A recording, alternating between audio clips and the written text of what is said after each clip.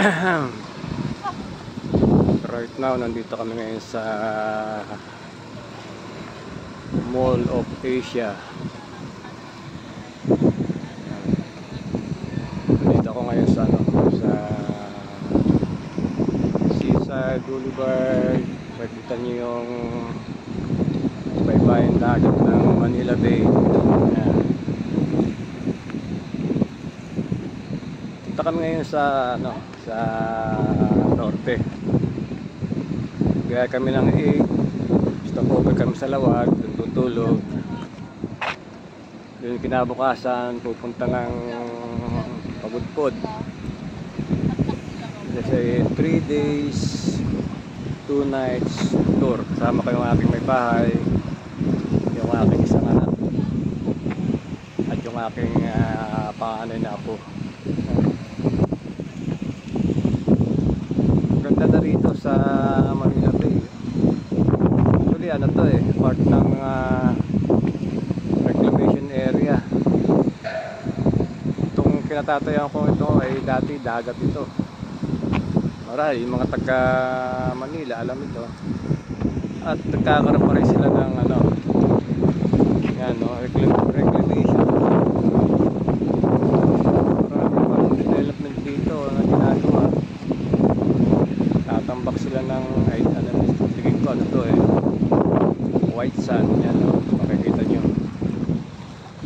4 PM pero mainit pa rin, mataas pa rin ang araw.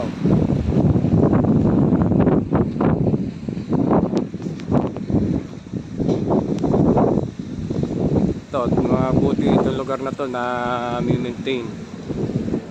May mga security guard, kaya kung makikita nyo, napakalinis ng lugar. Dapat ganito sa lahat ng panig ng Pilipinas. Maintain yung kalinisan. Meron ditong mayroon ding mga rides. Yan, nagsisimula ng umikot. Ferris wheel, 200 per person ang sakay. Tagal na panahon.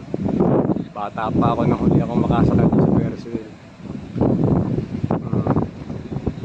Meron din ditong speedboat. At may mga may mga tindahan din.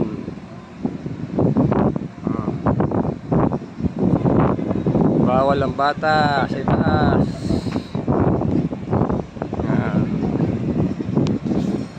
Ticket booth.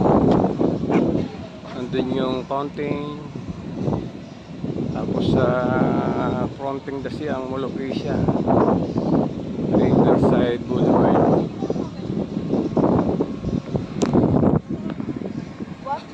Ito yung Boulevards of Broken Dreams.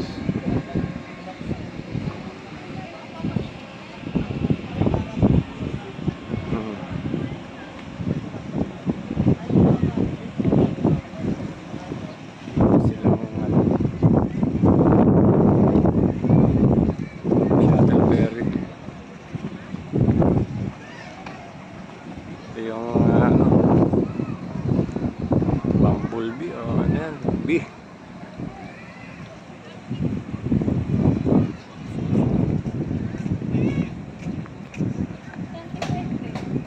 Hintay lang kami ng oras at alas 8 yung pick up point dito sa Galigan Restaurant. Medyo marami na ang tao. Mamaya sigurong paggabi marami ng tao dito.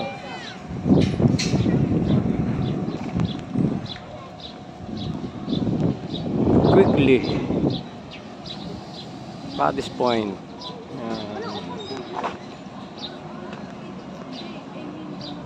Kita nyo ang napakalaking bubuyog na are. Ayan. Ito sila rito, talagang playground. Tagal ng panahon bago ulit ako nakapasyal sa lugar na to. First time dito sa Mall of Asia. Meron silang bump car, malawak yung parking space, Ito yung ano, ito yung Ferris wheel, no? Starbucks, saka yung waiting area, yung Galigan. Yung mga kabayan, at mamaya na lang uli update ko na lang kayo sa aming tour 2024.